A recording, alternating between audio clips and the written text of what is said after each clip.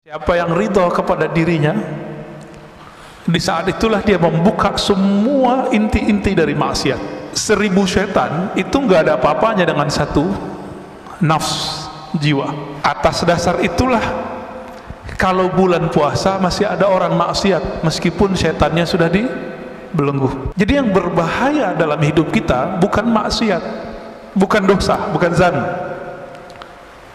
tapi maksiat yang berisi kepada kesesatan. Maka seorang manusia itu punya dosa itu biasa, Pak. Yang nggak biasa itu kalau dia sesat.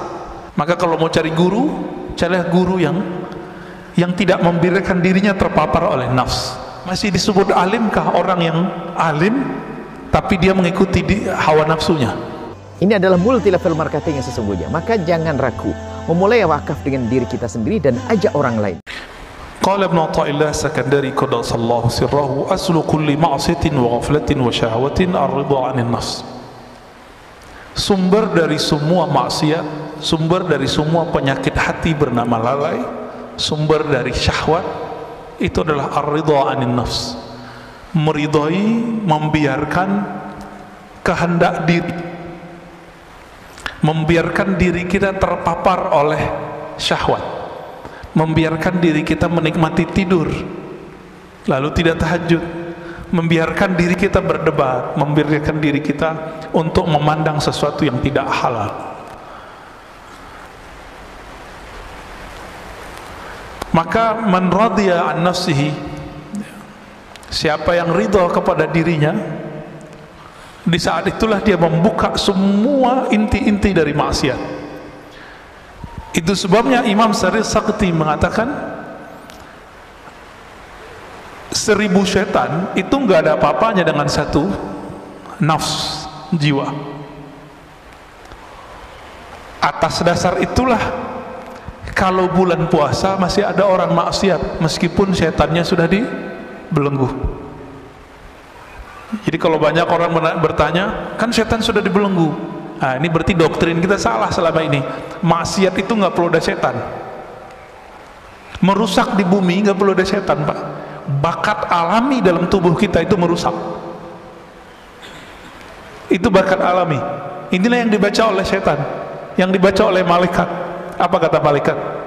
Ya Rabb, kenapa engkau menciptakan di bumi makhluk yang merusak dan membunuh? Jadi karakter jiwa kita itu sudah merusak. Dan saya sudah pernah membahas sebelumnya, jiwa ini punya karakter hewan, punya karakter buas, hewan ternak dan buas. Dengan karakter ini sudah cukup kita bermaksiat kepada Allah Subhanahu wa ta'ala. Jadi nggak perlu setan kalau mau maksiat. Bedanya setan itu menyesatkan. Nah, ini kata kunci. Jadi yang berbahaya dalam hidup kita bukan maksiat, bukan dosa, bukan zan, tapi maksiat yang berisi kepada kesesatan, pemahaman yang sesat, cara pandang yang sesat. Ini yang berbahaya. Kalau dosa, semua kita dosa, dan ini sudah digariskan oleh Allah Subhanahu wa ta'ala, sehingga muncul hadis kullu bani adam khatta'un. Semua manusia itu pasti khata'. Apa arti khata'?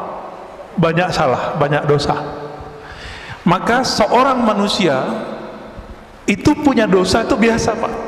Yang nggak biasa itu kalau dia sesat, dia menyimpang dari jalan Allah Subhanahu wa ta'ala. Makanya Nabi Muhammad SAW itu menerima orang-orang yang berdosa, tapi Nabi Muhammad tidak suka dengan orang-orang yang menyimpang.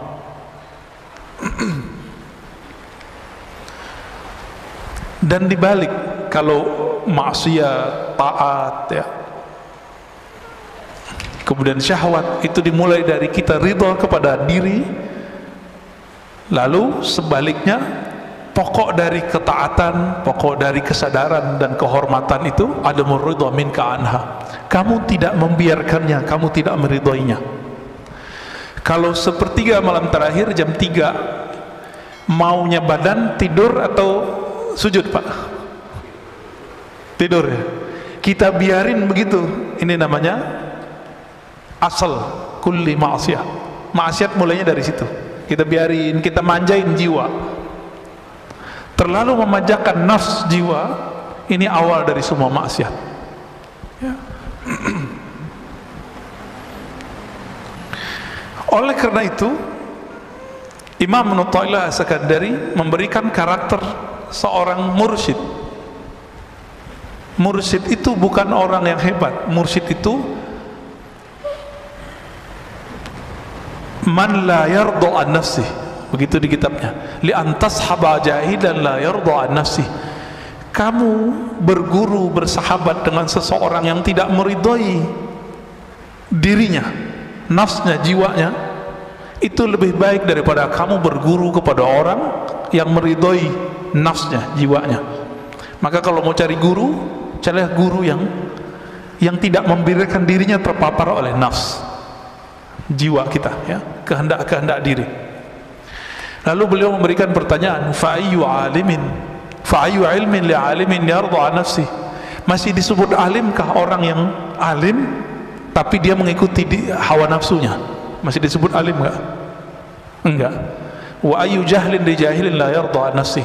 Masih disebut jahilkah orang yang jahil jika dia tidak mengikuti hawa nafsunya?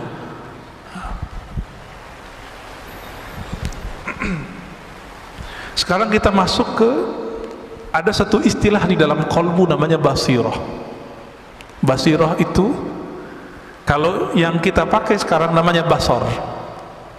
Sifat melihat, kemampuan memandangnya dengan fisik. Ada yang memandang dengan batin, disebut dengan al-basirah. Coba kita baca teksnya. Syu'aul basiratu yushhiduka qurbahu minka. Pancaran atau terangnya basirah mata hatimu, yushhiduka qurbahu mink, akan membuat engkau menyaksikan bahwa dia dekat kepadamu. Apa itu syu'aul basirah? Ilmu.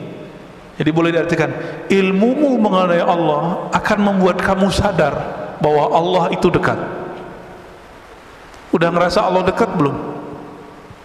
Kalau nggak diingetin nggak ya? Kenapa kita masih suka bertawassul? Karena kita merasa jauh kepada Allah. Kalau kita merasa dekat kepada Allah, itu nggak perlu tawassul, Pak. Jadi apa rahasia tawassul sebenarnya? Karena kita nggak punya kesadaran itu. Jadi ada di Inggris dua kelompok. Jadi kelompok Sufi Asy'ariyah, Sufi terus akidahnya Ahlussunnah Asy'ariyah, didebat oleh kelompok Salafi Wahabi. Pakai ayat wa idza sa'alaka ibadi anni fa inni qarib. Kata si Wahabi nih, Sufi, kalian tolol, kira-kira begitu. Allah akan dekat, ini ayatnya. Ini ayatnya, jika hambaku bertanya mengenaiku, maka katakan dia dekat. Ngapain kamu tawassul-tawassulan segala? Apa jawaban dari seorang, ini kelompok perempuan, Pak. Perempuan, tapi berdebat dan canggih sekali ya. Bikin kita jatuh cinta lah dengan dalil-dalil mereka. Apa kata si perempuan ini yang Ahlussunnah, yang Sufi? Betul, Allah itu qarib. Tapi apakah engkau merasakan dekat kepadanya? Bengong juga si perempuan ya, yang Wahabinya. Semua kita tahu Allah itu dekat, tapi kesadaran merasakan Allah dekat itu biasanya orang berguru dulu. Nah, berguru itu bagian dari tawassul sebenarnya. Maka tawassul yang begini nggak masalah. Tawassul yang tidak boleh itu nyembah yang ditawassulin. Dan saya yakin tidak ada umat Islam yang menyembah kubur ya. Nggak ada.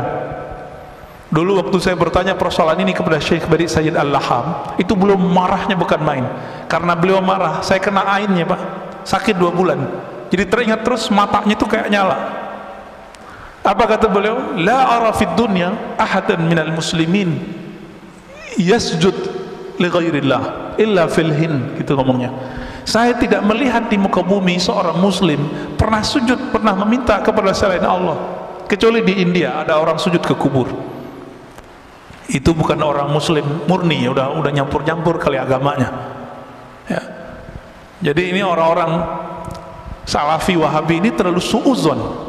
Imamnya sendiri sekarang namanya Saleh Fauzan, orangnya masih hidup dan kitabnya diajarkan di pesantren-pesantren modern.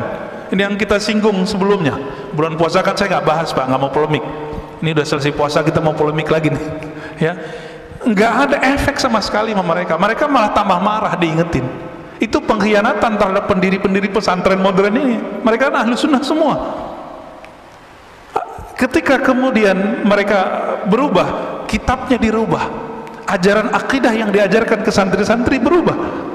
Yang diajarkan kitab Tauhid Syekh Shalih Fauzan yang menyebut sufi sebagai ubadul kubur, yang menyebut orang-orang ahlu sunnah sebagai orang-orang yang sesat. Ahlu sunnah Asy'ariyah disebut sesat Pak. Ini mohon maaf ya. Kita belajar sifat 20 Allah wujud qidam baqa. Ini rata-rata belajar itu kan? Benar nggak? Itu dianggap sesat oleh si pengarang kitab, dan kitab itu diajarkan di pesantren-pesantren modern. Ridho nggak Pak?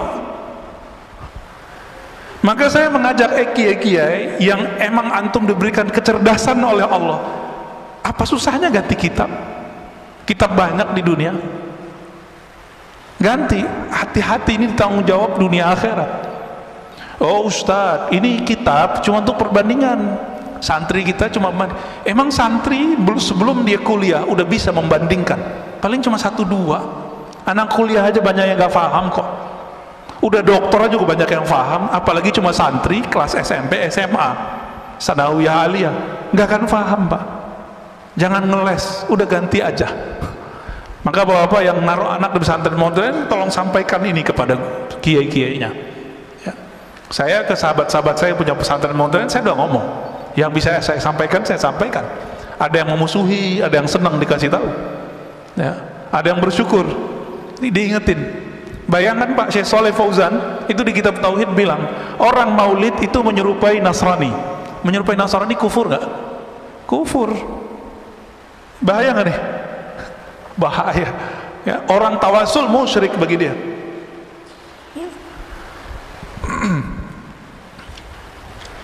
Baik.